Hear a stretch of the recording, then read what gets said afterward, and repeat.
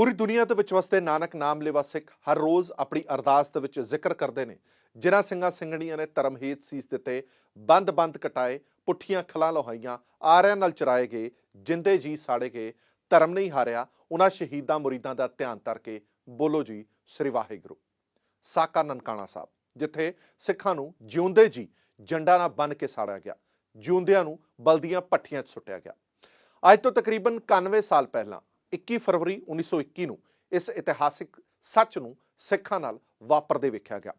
ਸ਼ਹੀਦੀ ਸਾਕਾ ਨਨਕਾਣਾ ਸਾਹਿਬ ਕਰਕੇ ਇਸ ਸਾਕੇ ਨੂੰ ਜਾਣਿਆ ਜਾਂਦਾ ਹੈ। ਇਹ ਸ਼ਹੀਦੀ ਸਾਕਾ ਨਨਕਾਣਾ ਸਾਹਿਬ ਗੁਰਦੁਆਰਾ ਗੁਰੂ ਨਾਨਕ ਦੇਵ ਜੀ ਦੇ ਜਨਮ ਸਥਾਨ ਵਿਖੇ ਹੋਇਆ ਸੀ, ਜਿਸ ਨੂੰ ਯਾਦ ਕਰਕੇ ਅੱਜ ਵੀ ਦਿਲ ਕੰਬ ਉੱਠਦਾ। ਸੰਨ 1617 ਦੇ ਵਿੱਚ ਬਾਬਾ ਬੰਦਾ ਸਿੰਘ ਬਹਾਦਰ ਦੀ ਸ਼ਹਾਦਤ ਤੋਂ ਬਾਅਦ ਜਦੋਂ ਸਿੱਖ ਪੰਥ ਉੱਪਰ ਮੁਗਲ ਹਕੂਮਤ ਨੇ ਸਖਤੀ ਦਾ ਦੌਰ ਆਰੰਭ ਕੀਤਾ ਤਾਂ ਗੁਰੂ ਕੇ ਸਿੰਘ ਆਪਣੇ ਘਰ ਘਾਟ ਤਿਆਗ ਕੇ ਪਹਾੜਾਂ, ਜੰਗਲਾਂ, ਰੇਗਿਸਤਾਨਾਂ ਤੇ ਹੋਰ ਸੁਰੱਖਿਅਤ ਥਾਵਾਂ ਤੇ ਆਪਣੇ ਦਿਨ ਕੱਟੀ ਕਰਨ ਲੱਗੇ।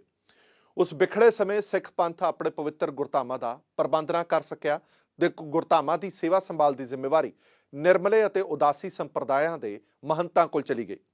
ਸ਼ੁਰੂ ਦੇ ਵਿੱਚ ਇਹਨਾਂ ਮਹੰਤਾਂ ਨੇ ਬੜੇ ਸੁਚੱਜੇ ਢੰਗ ਦੇ ਨਾਲ ਗੁਰਧਾਮਾਂ ਦੀ ਸੇਵਾ ਸੰਭਾਲ ਕੀਤੀ, ਪਰ ਹੌਲੀ ਇਹਨਾਂ ਨੇ ਗੁਰਦੁਆਰਿਆਂ ਦੇ ਅੰਦਰ ਮੰਦਰਾਂ ਵਾਂਗੂ ਰੌ ਰੀਤੀਆਂ ਪ੍ਰਚਲਿਤ ਕਰ ਦਿੱਤੀਆਂ ਤੇ ਗੁਰਬਾਣੀ ਨੂੰ ਮਿਥਿਹਾਸਿਕ ਕਥਾ ਕਹਾਣੀਆਂ ਦੀ ਰੰਗਤ ਦੇ ਕੇ ਪੇਸ਼ ਕਰਦੇ ਰਹੇ।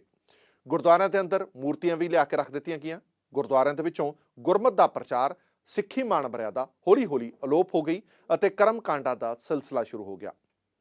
ਸਿੱਖ ਰਾਜ ਦੇ ਪਤਨ ਤੋਂ ਬਾਅਦ ਜਦੋਂ 1849 ਦੇ ਵਿੱਚ ਪੰਜਾਬ ਦੀ ਧਰਤੀ ਉੱਪਰ ਅੰਗਰੇਜ਼ ਕਾਬਜ ਹੋ ਗਏ ਤਾਂ ਉਹਨਾਂ ਨੇ ਸਿੱਖ ਧਰਮ ਨੂੰ ਖਤਮ ਕਰਨ ਦੇ ਲਈ ਅਤੇ ਈਸਾਈ ਧਰਮ ਦੇ ਪ੍ਰਚਾਰ ਦੇ ਲਈ ਕਈ ਤਰ੍ਹਾਂ ਦੇ ਕੋਝੇ ਯਤਨ ਆਰੰਭ ਕਰਨੇ ਸ਼ੁਰੂ ਕਰ ਦਿੱਤੇ, ਜਿਨ੍ਹਾਂ ਦੇ ਵਿੱਚੋਂ ਇੱਕ ਸਿੱਖ ਪੰਥ ਦੇ ਸਿੱਖੀ ਵਿਸ਼ਵਾਸ ਨੂੰ ਕਮਜ਼ੋਰ ਕਰਨਾ ਵੀ ਸੀ। ਉਹਨਾਂ ਦੀ ਕੋਸ਼ਿਸ਼ ਸੀ ਕਿ ਸਿੱਖਾਂ ਨੂੰ ਸਿੱਖੀ ਦੇ ਮੂਲ ਸੋਮੇ ਗੁਰਦੁਆਰਿਆਂ ਨਾਲੋਂ ਤੋੜਿਆ ਜਾਵੇ, ਜਿਸ ਲਈ ਉਹਨਾਂ ਨੇ ਪੁਜਾਰੀ ਸ਼੍ਰੇਣੀ ਦੀ ਪਿੱਠ ਠੋਕਣੀ ਸ਼ੁਰੂ ਕਰ ਦਿੱਤੀ ਤਾਂ ਕਿ ਉਹ ਗੁਰਦੁਆਰਿਆਂ ਦੇ ਵਿੱਚੋਂ ਗੁਰਮਤ ਦੀ ਜਗ੍ਹਾ ਮਨਮਤ ਦਾ ਬੋਲਬਾਲਾ ਕਰ ਦੇਣ।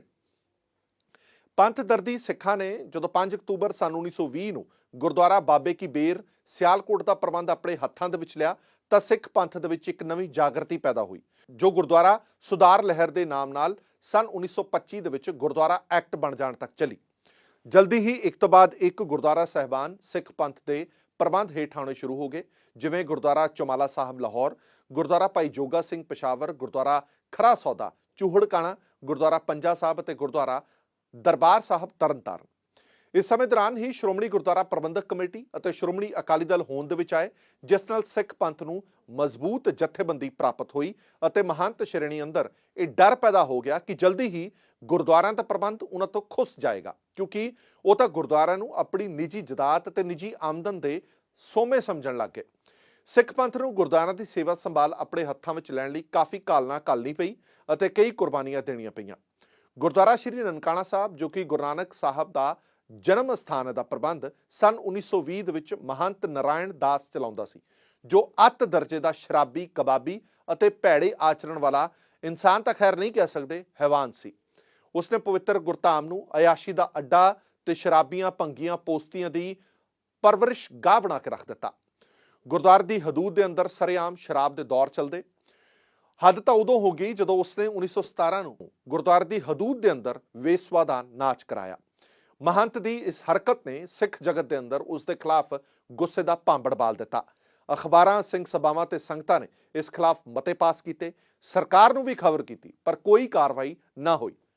ਇਸ ਮਹੰਤ ਦੀ ਵੱਧਦੀ ਗੁੰਡਾਗਰਦੀ ਨੂੰ ਵੇਖਦਿਆਂ ਹੋਇਆਂ 26 ਜਨਵਰੀ 1921 ਨੂੰ ਸ਼੍ਰੋਮਣੀ ਗੁਰਦੁਆਰਾ ਪ੍ਰਬੰਧਕ ਕਮੇਟੀ ਦੇ ਜਨਰਲ ਇਜਲਾਸ ਦੀ ਅਗਵਾਈ ਹੇਠ ਇਹ ਗੁਰਮਤਾ ਪਾਸ ਕੀਤਾ ਗਿਆ ਕਿ 4, 5 ਤੇ 6 ਮਾਰਚ 1921 ਨੂੰ ਗੁਰਦੁਆਰਾ ਸ਼੍ਰੀ ਨਨਕਾਣਾ ਸਾਹਿਬ ਵਿਖੇ ਸਿੱਖ ਪੰਥ ਦਾ ਇੱਕ ਭਾਰੀ ਇਕੱਠ ਕੀਤਾ ਜਾਏਗਾ, ਜਿਸ ਦੇ ਵਿੱਚ ਗੁਰਦੁਆਰਿਆਂ ਦੇ ਸਹੀ ਪ੍ਰਬੰਧ ਅਤੇ ਮਹੰਤਾਂ ਬਾਰੇ ਵਿਚਾਰ ਹੋਣਗੇ। ਖਾਸ ਕਰਕੇ ਸ਼੍ਰੀ ਨਨਕਾਣਾ ਸਾਹਿਬ ਦੇ ਮਹੰਤ ਬਾਰੇ ਜਦੋਂ ਮਹੰਤ ਨਾਰਾਇਣ ਦਾਸ ਨੂੰ ਇਸ ਫੈਸਲੇ ਦੀ ਸੂਹ ਮਿਲੀ ਤਾਂ ਉਸਨੇ ਵੀ ਇੱਕ ਸਨਾਤਨ ਸਿੱਖ ਕਾਨਫਰੰਸ ਲਾਹੌਰ ਵਿਖੇ 1921 ਨੂੰ 20 ਅਤੇ 21 ਫਰਵਰੀ ਨੂੰ ਬਾਬਾ ਕਰਤਾਰ ਸਿੰਘ ਬੇਦੀ ਦੀ ਪ੍ਰਧਾਨਗੀ ਹੇਠ ਸੱਦ ਲਈ, ਜਿਸ ਦੇ ਵਿੱਚ ਬਹੁਤ ਸਾਰੇ ਗੁਰਦੁਆਰਿਆਂ ਦੇ ਮਹੰਤਾਂ ਤੇ ਸਰਬਰਾਹਾਂ ਨੂੰ ਸੱਦਾ ਦਿੱਤਾ ਗਿਆ, ਜਿਸ ਦੇ ਵਿੱਚ ਸ਼੍ਰੋਮਣੀ ਕਮੇਟੀ ਨੂੰ ਮਾਨਤਾ ਦੇਣ ਤੋਂ ਸਾਫ਼ ਇਨਕਾਰ ਕਰਦਿਆਂ ਸਾਧੂਆਂ ਤੇ ਮਹੰਤਾਂ ਦੀ ਆਪਣੀ ਵੱਖਰੀ ਕਮੇਟੀ ਕਾਇਮ ਕਰਨ ਦਾ ਮੁੱਦਾ ਰੱਖਿਆ ਗਿਆ।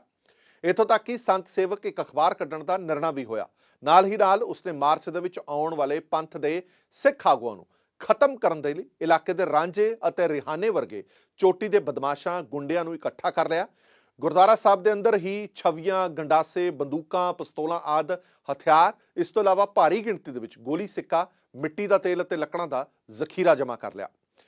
ਭਾਈ ਕਰਤਾਰ ਸਿੰਘ ਝੱਬਰ ਹੋਰਾਂ ਨੂੰ ਜਦੋਂ ਇਸ ਗੱਲ ਦੀ ਖਬਰ ਲੱਗੀ ਤਾਂ ਉਹਨਾਂ ਨੇ ਇਲਾਕੇ ਦੇ ਮੁਖੀ ਸਿੰਘਾਂ ਜਿਵੇਂ ਕਿ ਭਾਈ ਲਛਮਣ ਸਿੰਘ ਧਾਰੋਵਾਲੀ, ਭਾਈ ਬੂਟਾ ਸਿੰਘ ਲਾਇਲਪੁਰ ਆਦਿ ਨਾਲ ਸਲਾਹ ਕੀਤੀ ਕਿ ਮਾਰਚ ਦੀ ਸਿੱਖ ਕਾਨਫਰੰਸ ਤੋਂ ਪਹਿਲਾਂ ਹੀ ਮਹੰਤ ਨਾਲ ਸਿੱਝ ਲਿਆ ਜਾਵੇ ਤਾਂ ਬਿਹਤਰ ਰਹੇਗਾ। 17 ਫਰਵਰੀ 1921 ਨੂੰ ਗੁਰਦੁਆਰਾ ਖਰਾ ਸੌਦਾ ਚੂਹੜਕਾਣਾ ਵਿੱਚ ਫੈਸਲਾ ਹੋਇਆ, ਜਿਸ ਦੇ ਅਨੁਸਾਰ ਕੁਝ ਜੋਸ਼ੀਲੇ ਸਿੱਖਾਂ ਨੇ ਸਲਾਹ ਬਣਾਈ ਕਿ ਮਾਰਚ ਦੀ ਮੀਟਿੰਗ ਤੱਕ ਉਡੀਕ ਕਰਨੀ ਦੂਰ ਦੀ ਗੱਲ ਹੈ।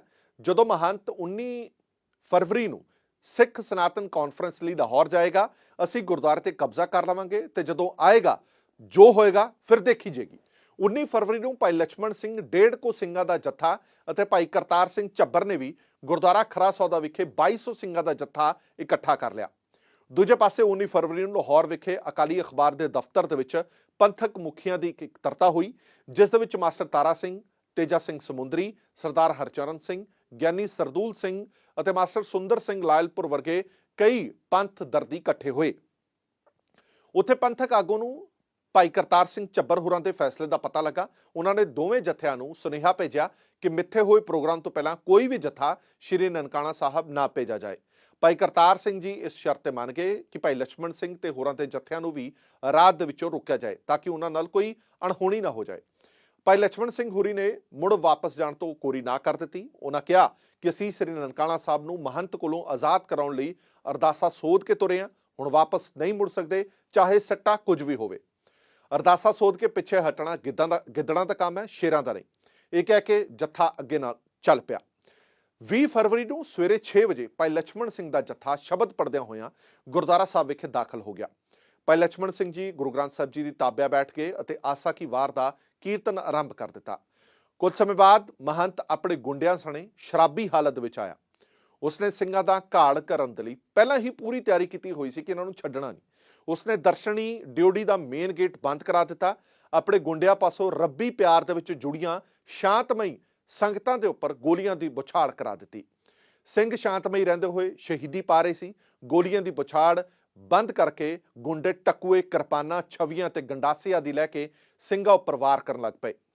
ਕਈ ਸਿੰਘਾਂ ਨੂੰ ਬਰਛਿਆਂ ਤੇ ਗੰਡਾਸਿਆਂ ਨਾਲ ਵੱਢ ਟੁੱਕ ਦਿੱਤਾ ਗਿਆ। ਸ਼ਹੀਦਾਂ ਤੇ ਜ਼ਖਮੀਆਂ ਦੇ ਢੇਰ ਇਕੱਠੇ ਕਰਕੇ ਤੇਲ ਪਾ ਕੇ ਜ਼ਿੰਦਾ ਹੀ ਸਾੜ ਦਿੱਤਾ ਗਿਆ। ਕਈਆਂ ਨੂੰ ਜਿਉਂਦੇ ਹੀ ਅੱਗ ਦੇ ਵਿੱਚ ਸੁੱਟ ਦਿੱਤਾ ਗਿਆ। ਭਾਈ ਲਛਮਣ ਸਿੰਘ ਨੂੰ ਜੰਡ ਨਾਲ ਪੁੱਠਾ ਲਟਕਾ ਕੇ ਅੱਗ ਲਗਾ ਕੇ ਸ਼ਹੀਦ ਕਰ ਦਿੱਤਾ ਗਿਆ। ਇਹ ਦ੍ਰਿਸ਼ ਇੰਨਾ ਦਿਲ ਕੰਬਾਊ ਸੀ ਕਿ ਸ਼ਾਇਦ ਜਿਸ ਨੂੰ ਵੇਖ ਕੇ ਔਰੰਗਜ਼ੇਬ, ਨਾਦਰ ਸ਼ਾਹ ਅਬਦਾਲੀ ਤੇ ਮੀਰ ਮਨੂੰ ਵਰਗਿਆਂ ਦੀ ਰੂਹ ਵੀ ਕੰਬ ਗਈ ਹੋਏਗੀ। ਭਾਈ ਦਲੀਪ ਸਿੰਘ ਨੇ ਜਦੋਂ ਗੋਲੀਆਂ ਦੀ ਆਵਾਜ਼ ਸੁਣੀ ਤਾਂ ਉਹ ਇਹ ਕਹਿ ਕੇ ਗੁਰਦੁਆਰਾ ਸਾਹਿਬ ਵੱਲ ਦੌੜ ਪਏ ਕਿ ਲੱਗਦਾ ਮਹੰਤ ਨੇ ਕਾਰਾ ਕਰ ਦਿੱਤਾ। ਜਦੋਂ ਉਹ ਗੁਰਦੁਆਰਾ ਸਾਹਿਬ ਪਹੁੰਚੇ ਤਾਂ ਮਹੰਤ ਆਪਣੇ ਗੁੰਡਿਆਂ ਪਾਸੋਂ ਸਿੰਘਾਂ ਦਾ ਘਾਣ ਕਰਵਾ ਰਿਹਾ ਸੀ। ਭਾਈ ਦਲੀਪ ਸਿੰਘ ਨੇ ਮਹੰਤ ਨੂੰ ਅਜਿਹਾ ਕਰਨ ਤੋਂ ਰੋਕਿਆ ਤਾਂ ਮਹੰਤ ਦੇ ਗੁੰਡਿਆਂ ਨੇ ਉਸ ਨੂੰ ਅਕਾਲੀ ਕਹਿ ਕੇ ਬਲਦੀ ਭੱਠੀ ਦੇ ਵਿੱਚ ਸੁੱਟ ਕੇ ਸ਼ਹੀਦ ਕਰ ਦਿੱਤਾ। ਇਹ ਸਾਰਾ ਕਾਰਾ ਕਰਨ ਤੋਂ ਬਾਅਦ ਮਹੰਤ ਨੇ ਲੱਕੜਾਂ ਦਾ ਢੇਰ ਲਗਾ ਕੇ ਉੱਪਰ ਮਿੱਟੀ ਦਾ ਤੇਲ ਪਾਇਆ ਅਤੇ ਉਸ ਉੱਪਰ ਸ਼ਹੀਦ ਹੋ ਚੁੱਕੇ ਜ਼ਖਮੀ ਸਿੰਘਾਂ ਨੂੰ ਸੁੱਟ ਕੇ ਅੱਗ ਲਗਾ ਦਿੱਤੀ, ਜੋ ਸ਼ਾਮ 4 ਵਜੇ ਤੱਕ ਚੱਲਦੀ ਰਹੀ। ਇਸ ਖੂਨੀ ਸਾਕੇ ਦੀ ਖਬਰ ਜੰਗਲ ਦੀ ਅੱਗ ਵਾਂਗ ਸਾਰੇ ਮੁਲਕ ਦੇ ਵਿੱਚ ਫੈਲ ਗਈ। ਕੁਝ ਹੀ ਘੰਟਿਆਂ ਦੇ ਵਿੱਚ ਸਭ ਪਾਸਿਓਂ ਸਿੱਖਾਂ ਨੇ ਨਨਕਾਣਾ ਸਾਹਿਬ ਵੱਲ ਵਹੀਰਾਂ ਘੱਤ ਦਿੱਤੀਆਂ। ਇਹ ਖਬਰ ਪੰਜਾਬ ਦੇ ਗਵਰਨਰ, ਕਮਿਸ਼ਨਰ, ਡੀਸੀ ਅਤੇ ਸ਼੍ਰੋਮਣੀ ਕਮੇਟੀ ਆਦਿ ਨੂੰ ਵੀ ਤਾਰਾਂ ਦੁਆਰਾ ਭੇਜੀ ਗਈ। ਡੀਸੀ ਮਿਸਟਰ ਕੈਰੀ ਜਦ ਸ਼੍ਰੀ ਨਨਕਾਣਾ ਸਾਹਿਬ ਪੁੱਜਿਆ ਤਾਂ ਉਸ ਸਮੇਂ ਮਹੰਤ ਦੇ ਆਦਮੀ ਲਾਸ਼ਾਂ ਨੂੰ ਸਾੜ ਫੂਕ ਰਹੇ ਸਨ, ਜੋ ਸਿਲਸਿਲਾ ਉਸਦੇ ਪਹੁੰਚਣ ਤੋਂ ਵੀ ਇਤਿਹਾਸ ਦੱਸਦਾ ਹੈ। ਆંકੜੇ ਦੱਸਦੇ ਨੇ ਕਿ 1.5 ਘੰਟੇ ਬਾਅਦ ਵੀ ਚੱਲਦਾ ਰਿਹਾ। ਮਹੰਤ ਨੂੰ ਅਜਿਹਾ ਕਰਨ ਤੋਂ ਕਿਸੇ ਨੇ ਵੀ ਰੋਕਿਆ ਹੀ ਨਹੀਂ। ਰਾਤ 9 ਵਜੇ ਦੇ ਕਰੀਬ ਲਾਹੌਰ ਤੋਂ ਸਪੈਸ਼ਲ ਟ੍ਰੇਨ ਰਾਹੀਂ ਮਿਸਟਰ ਕਿੰਗ, ਕਮਿਸ਼ਨਰ ਲਾਹੌਰ, ਆਪਣੇ ਨਾਲ 100 ਦੇ ਕਰੀਬ ਅੰਗਰੇਜ਼ ਅਫਸਰਾਂ ਤੇ ਸਿਪਾਹੀਆਂ ਸਣੇ ਸ਼੍ਰੀ ਨਨਕਾਣਾ ਸਾਹਿਬ ਪਹੁੰਚਿਆ ਤਾਂ ਉਸ ਵੇਲੇ ਵੀ ਮਹੰਤਾਂ ਦੇ ਹੱਥ ਦੇ ਵਿੱਚ ਬੰਦੂਕ ਸੀ। ਸਰਕਾਰ ਨੇ ਮਹੰਤ ਅਤੇ ਉਸਦੇ 26 ਸਾਥੀਆਂ ਨੂੰ ਗ੍ਰਿਫਤਾਰ ਕਰਕੇ ਉਸਦੇ ਘਰੋਂ ਕਾਫੀ ਅਸਲਾ, ਹਥਿਆਰ ਆਦਿ ਬਰਾਮਦ ਕੀਤੇ। ਗੁਰਦੁਆਰੇ ਉੱਪਰ ਸਰਕਾਰ ਨੇ ਆਪਣਾ ਕਬਜ਼ਾ ਕਰ ਲਿਆ। ਨਨਕਾਣਾ ਸਾਹਿਬ ਦੇ ਸਾਕੇ ਵੇਲੇ ਸਰਦਾਰ ਬਹਾਦਰ ਮਹਿਤਾਬ ਸਿੰਘ ਸਰਕਾਰੀ ਵਕੀਲ ਵੀ ਮੌਜੂਦ ਸਨ ਅਤੇ ਪੰਜਾਬ ਕੌਂਸਲ ਦੇ ਉਹ ਡਿਪਟੀ ਚੀਫ ਵੀ ਸਨ। 180 ਤੋਂ ਵੱਧ ਸਿੱਖਾਂ ਦਾ ਕਾਤਲ ਮਹੰਤ ਨਰੈਣ ਸਰਕਾਰੀ ਅਫਸਰਾਂ ਨਾਲ ਨੇੜਤਾ ਰੱਖਦਾ ਸੀ। ਇਸ ਕਰਕੇ ਪੁਲਿਸ ਉਸ ਦਾ ਕੇਸ ਕਮਜ਼ੋਰ ਰੱਖ ਕੇ ਉਸ ਨੂੰ ਬਚਾਉਣਾ ਚਾਹੁੰਦੀ ਸੀ। ਸਰਕਾਰੀ ਸਾਜ਼ਿਸ਼ਾਂ ਨੂੰ ਵੇਖ ਕੇ ਸਰਦਾਰ ਬਹਾਦਰ ਮਹਿਤਾਬ ਸਿੰਘ ਨੇ ਸਰਕਾਰੀ ਵਕੀਲ ਦੇ ਅਹੁਦੇ ਤੋਂ ਅਤੇ ਪੰਜਾਬ ਕੌਂਸਲ ਦੀ ਮੈਂਬਰੀ ਤੋਂ ਅਸਤੀਫਾ ਦੇ ਦਿੱਤਾ। ਅੰਗਰੇਜ਼ਾਂ ਨੂੰ ਮਜਬੂਰ ਹੋ ਕੇ 20 ਫਰਵਰੀ ਦੀ ਰਾਤ ਨੂੰ ਮਹੰਤ ਅਤੇ ਉਸਦੇ ਸਾਥੀ ਕਾਤਲਾਂ ਨੂੰ ਲਾਹੌਰ ਸੈਂਟਰਲ ਜੇਲ੍ਹ ਭੇਜਣਾ ਪਿਆ। ਅਗਲੇ ਦਿਨ 21 ਫਰਵਰੀ ਨੂੰ ਮਹਿਤਾਬ ਸਿੰਘ, ਹਰਬੰਸ ਸਿੰਘ ਅਟਾਰੀ ਆਦਿ ਆਗੂਆਂ ਅਤੇ ਹੋਰ ਸੰਗਤਾਂ ਨੇ ਵੀ ਸ਼੍ਰੀ ਨਨਕਾਣਾ ਸਾਹਿਬ ਚਾਲੇ ਪਾਏ। 21 ਫਰਵਰੀ 1921 ਨੂੰ ਸ਼ਾਮ ਵੇਲੇ ਤੱਕ ਜਥੇਦਾਰ ਕਰਤਾਰ ਸਿੰਘ ਝੱਬਰ 2200 ਸਿੰਘਾਂ ਦਾ ਸ਼ਹੀਦੀ ਜੱਥਾ ਲੈ ਕੇ ਦਰਬਾਰ ਸਾਹਿਬ ਪਹੁੰਚ ਗਿਆ। ਉਧਰ ਪੁਲਿਸ ਨੇ ਗੁਰਦੁਆਰੇ ਨੂੰ ਤਾਲਾ ਲਗਾ ਕੇ ਫੌਜੀ ਨਾਕਾਬੰਦੀ ਕਰ ਦਿੱਤੀ। ਡਿਪਟੀ ਕਮਿਸ਼ਨਰ ਨੇ ਜੱਥੇ ਨੂੰ ਅੱਗੇ ਜਾਣ ਤੋਂ ਰੋਕਦਿਆਂ ਹੁਕਮ ਦਿੱਤਾ ਕਿ ਅੱਗੇ ਵਧੇ ਤਾਂ ਮਸ਼ੀਨ ਗਨਾਂ ਦੀਆਂ ਗੋਲੀਆਂ ਚੱਲ ਜਾਣਗੀਆਂ। ਅੱਗੋਂ ਕਰਤਾਰ ਸਿੰਘ ਝੱਬਰ ਨੇ ਜਵਾਬ ਦਿੱਤਾ, ਅਸੀਂ ਅਰਦਾਸ ਕਰਕੇ ਚੱਲੇ ਹਾਂ, ਗੁਰਦੁਆਰੇ ਤੇ ਕਬਜ਼ਾ ਕਰਨਾ ਹੈ, ਤੁਸੀਂ ਗੋਲੀ ਚਲਾਓ, ਤੁਹਾਡੀਆਂ ਮਸ਼ੀਨ ਗਨਾਂ ਸਾਨੂੰ ਰੋਕ ਨਹੀਂ ਸਕਦੀਆਂ। ਜਥੇਦਾਰ ਦੇ ਦ੍ਰਿੜ ਇਰਾਦੇ ਅੱਗੇ ਪੁਲਿਸ ਨੂੰ ਝੁਕਣਾ ਪਿਆ ਤੇ ਗੁਰਦੁਆਰੇ ਤੇ ਦਰਵਾਜ਼ੇ ਨੇ ਗੁਰਦੁਆਰਾ ਸਾਹਿਬ ਦੇ ਖੋਲ ਦਿੱਤੇ ਗਏ। ਇਸ ਤੋਂ ਬਾਅਦ ਗੁਰਦੁਆਰਾ ਸੁਧਾਰ ਲਹਿਰ ਹੋਰ ਤੇਜ਼ ਹੁੰਦੀ ਗਈ ਅਤੇ ਸ਼੍ਰੋਮਣੀ ਗੁਰਦੁਆਰਾ ਪ੍ਰਬੰਧਕ ਕਮੇਟੀ ਦੀ ਸਰਪ੍ਰਸਤੀ ਹੇਠ ਗੁਰਦੁਆਰਾ ਪ੍ਰਬੰਧ ਮਹੰਤਾਂ ਦੇ ਕਬਜ਼ੇ ਚੋਂ ਕੱਢ ਕੇ ਸ਼੍ਰੋਮਣੀ ਕਮੇਟੀ ਦੇ ਹੱਥ ਆਇਆ। ਸੋ ਇਸ ਤਰ੍ਹਾਂ ਗੁਰਦੁਆਰਾ ਸ਼੍ਰੀ ਨਨਕਾਣਾ ਸਾਹਿਬ ਦਾ ਸਾਕਾ ਨਨਕਾਣਾ ਸਾਹਿਬ ਜਿਸ ਨੂੰ ਮੰਨਿਆ ਜਾਂਦਾ ਹੈ, ਉਹ ਐਡਾ ਵੱਡਾ ਸਾਕਾ ਹੋ ਨਿਬੜਿਆ ਜਿਸ ਨੂੰ ਰਹਿੰਦੀ ਦੁਨੀਆ ਤੱਕ ਯਾਦ ਕੀਤਾ ਜਾਂਦਾ ਰਹੇਗਾ। ਇਸ ਸਾਕੇ ਦੇ ਲਗਭਗ 100 ਸਾਲ ਹੋ ਚੁੱਕੇ ਨੇ ਅਤੇ ਇਹਨਾਂ 100 ਸਾਲਾਂ ਦੇ ਵਿੱਚ ਇਸ ਸਾਕੇ ਨੂੰ ਯਾਦ ਕੀਤਾ ਜਾਂਦਾ ਹੈ ਕਿ ਇਹ ਅਜਿਹਾ ਸਾਕਾ ਸੀ ਜਿਸ ਨੇ ਗੁਰਦੁਆਰਾ ਸੁਧਾਰ ਲਹਿਰ ਜਿਹੜੀ ਸੀ ਉਸ ਅੰਦੋਲਨ ਨੂੰ ਹੋਰ ਬਲ ਬਖਸ਼ਿਆ ਤੇ ਉਸ ਸਾਕੇ ਦੇ ਸ਼ਹੀਦਾਂ ਦੇ ਕਰਕੇ ਹੀ ਗੁਰਦੁਆਰਾ ਸੁਧਾਰ ਲਹਿਰ ਨੇਪਰੇ ਚੜ ਸਕੀ ਤੇ ਗੁਰਦੁਆਰਿਆਂ ਦੇ ਪ੍ਰਬੰਧ ਸ਼੍ਰੋਮਣੀ ਗੁਰਦੁਆਰਾ ਪ੍ਰਬੰਧਕ ਕਮੇਟੀ ਦੇ ਹੱਥ ਆ ਸਕੇ। ਵਾਹਿਗੁਰੂ ਜੀ ਕਾ ਖਾਲਸਾ, ਵਾਹਿਗੁਰੂ ਜੀ ਕੀ ਫਤਿਹ।